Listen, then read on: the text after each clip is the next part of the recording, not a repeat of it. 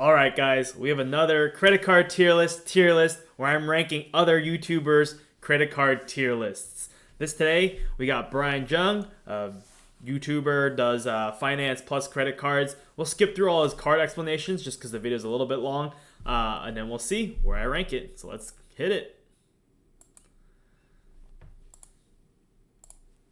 Best possible card you can get, and then from there we have the dumpster cards, and we're gonna kick this video off. Let's do the Chase Freedom Flex. All right, so this card here I would definitely consider to be an A tier card. It has no annual fee. You get a decent welcome bonus off fees. And once you pair it up with the Chase Sapphire Preferred or even the Chase Sapphire Reserve, makes it pretty OP in my opinion. The reason I wouldn't put it near the S tier is because there's going to be a lot of other cards that fill out the S tier category. Okay, that's why. All right, the Amex Platinum card. This is another great card. Although during the middle of the pandemic, when I the lounges, if you do utilize all their benefits like the Amex Fine Hotel Resorts, or even just on a lucky day, if you're able to book the right trip, and as an example, I did this too before. I stayed at the Ritz-Carlton in LA. I used my Amex Platinum through the Fine Hotel Resorts collection, and they gave me their expensive suite for multiple nights, which would have costed me $2,000 to $3,000 a night. I paid for a basic queen size room, and from right there, I mean, I got a lot of value back. The Amex Platinum definitely comes in handy, but if you're someone who doesn't travel as much, I mean, I could see it completely becoming like a coupon dumpster card, but you know, for the most part, I guess that's why I would consider it to be in the A tier. Okay, ladies and gents, on the topic of Amex cards, the Amex Gold here. This is another. So this is made in a year ago in 2023, so this is obviously not the updated Amex Gold card. Fantastic card. I would actually consider this to be an S tier card. I don't ever see myself canceling this card. The annual fee is a bit high. It's $250, but you get a business cash card, and I would consider this to be meh. It's a good card, but for all the great cards that exist right now, it's a bit more in the mid category. Now this is because this card here is going to give you just we don't go over business credit cards in our tier list, but it's decent. I have it, but I really only got it for the bonus. Offer could be to be cards that came up this year. If you rent, I don't know what to say. If you want to make free money right now, the Bill card, and use that to pay your rent, use those points to take whatever trip you want. Boom, I just made you guys money right there. Yeah, but if your rent's like only $2,000 a month or less, you're not earning that many points. You can easily get that with the Freedom Flex or other points. So it's, for me, as you know in the tier list, it's not that high up. Yes, Alaska's a partner, but even now, you can now transfer MX points to Hawaii and Alaska. So, plus they've been devaluing a lot. So I'm not sure if I definitely wouldn't put this in S tier.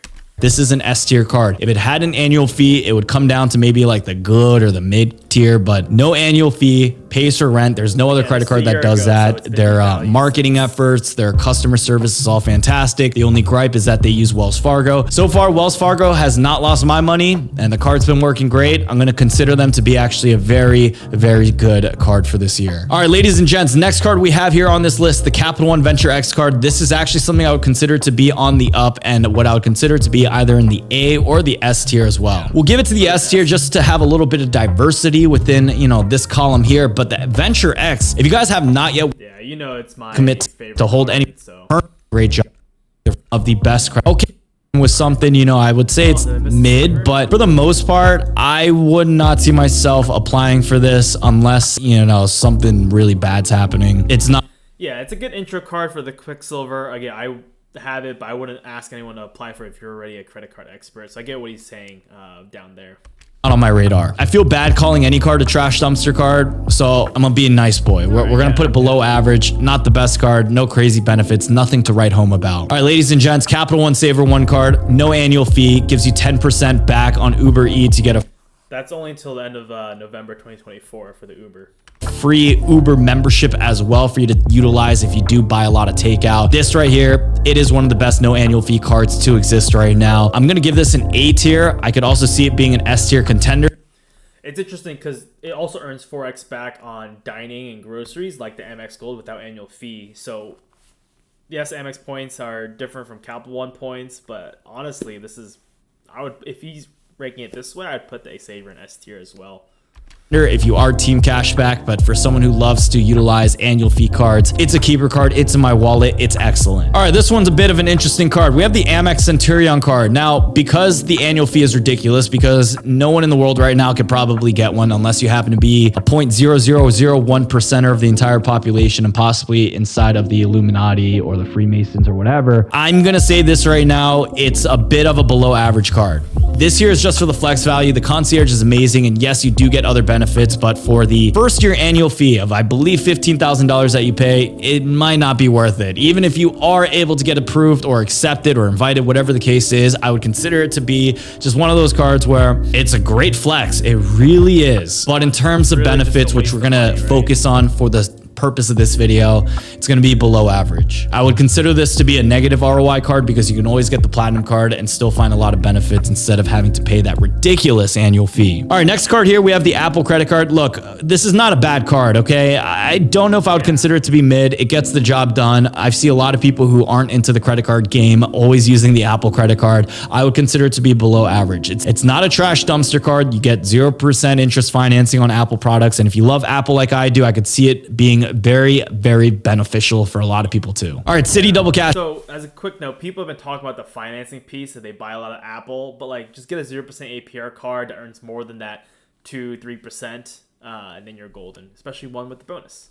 Card. Look, a lot of people who look at this card are initially going to put this as a trash dumpster card. It ain't, okay? It's 2%. It's flat. It's easy to use. You don't have to worry about it. It's a sock drawer card. No annual fee. It's what I'd consider to be mid. The only reason I'd consider it to be below average is because it's with Citi. They're not, the best issuer within the space, but, I kind of want to fill out my categories a little bit here. All right, Amazon Business Prime. If you are a business owner, this is a pretty business. You're going to have to get one hotel anniversary free night with this card. The welcome bonus, you get 6 points for you to get a free hotel room. Hyatt is still very, very conservatively well balanced with their points and cash ratio. I think it's pretty easy to get redemption of one Hyatt hotel night, and that's all you have to do to find positive value on this card, and I would consider this to be excellent. On top of that, you do get a little bit of status using this card, but more than that as well, guys. This is one of the few Hyatt products that you can actually get within the whole credit card world. So if you have any allegiance to Hyatt, this is just one of the cards that you can keep in your sock drawer too. All right, the Amex Blue Business Plus. This is actually a pretty solid business the job preferred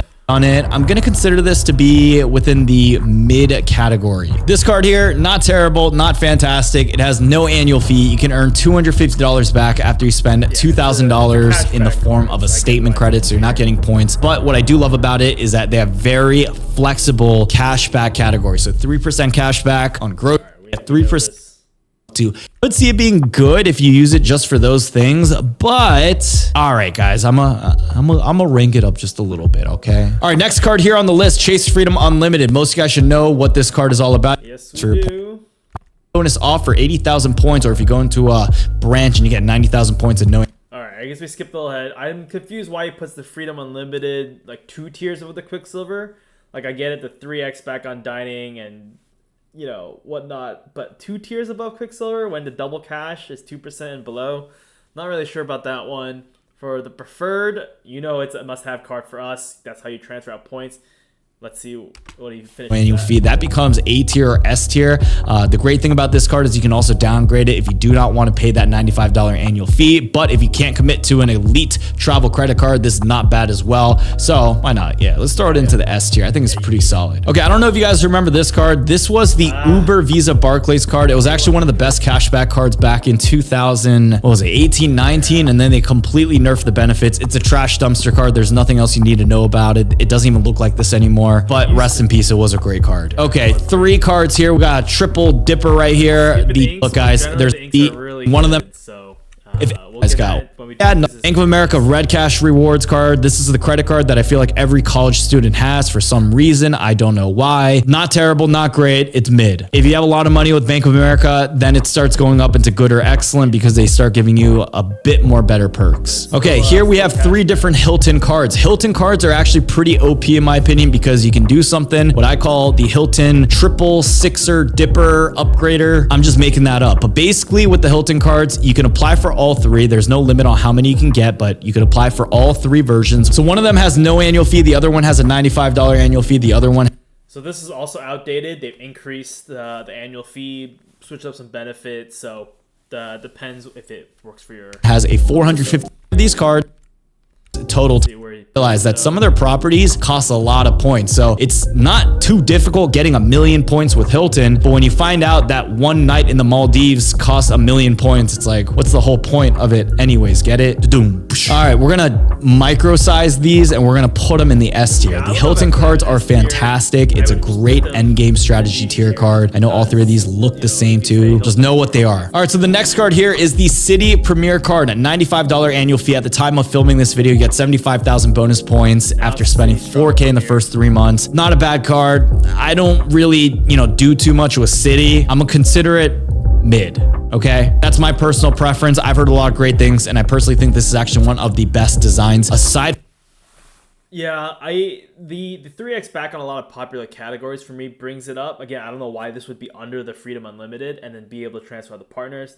The only reason why it's lower than other premium travel credit cards is no travel insurance. From American Express, this does look really good. So we're going to put it in the mid category. If we hear any new promotional offers, maybe we can bump them up. Reserve, guys, I'm going to shrink this up and put it right here within the excellent category. This here is a solid credit card, especially if you happen to travel, but it rarely makes any sense for you to have the reserve card and the platinum card and like say the Venture X, usually unless you're traveling a whole bunch and you're really redeeming those benefits. But the reserve card, such a great card. Okay, high annual fee, travel rewards are really good. If you can't commit to platinum, I would then say go to the reserve. If you can't commit to the reserve, that's when you go to the Venture X. Amazon Visa card, okay, not terrible, not great. I would say it's mid. You get some cash back on your Amazon purchases consistently. You don't get a huge welcome bonus offer. It's mid. Marriott Bonvoy, I believe this is the business edition, or even if it's the personal edition, it's even in a bit more. Not a bad card either way. I would consider this to be in this category. All right, so ladies and gents, that is pretty much just a quick rundown of at least, I think it's like 30 or 40 cards that we went over. You can screenshot my own little tier guide. Let me know what you guys think down below in the comment section. If you guys would change anything, if you would add anything, if you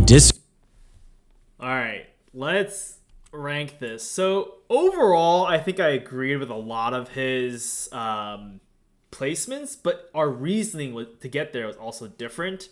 Some of the things didn't make sense, like the Freedom Unlimited being so much higher than a Quicksilver, the Hilton cards being S tier. I guess he must really like the Hilton portfolio versus Marriott down there.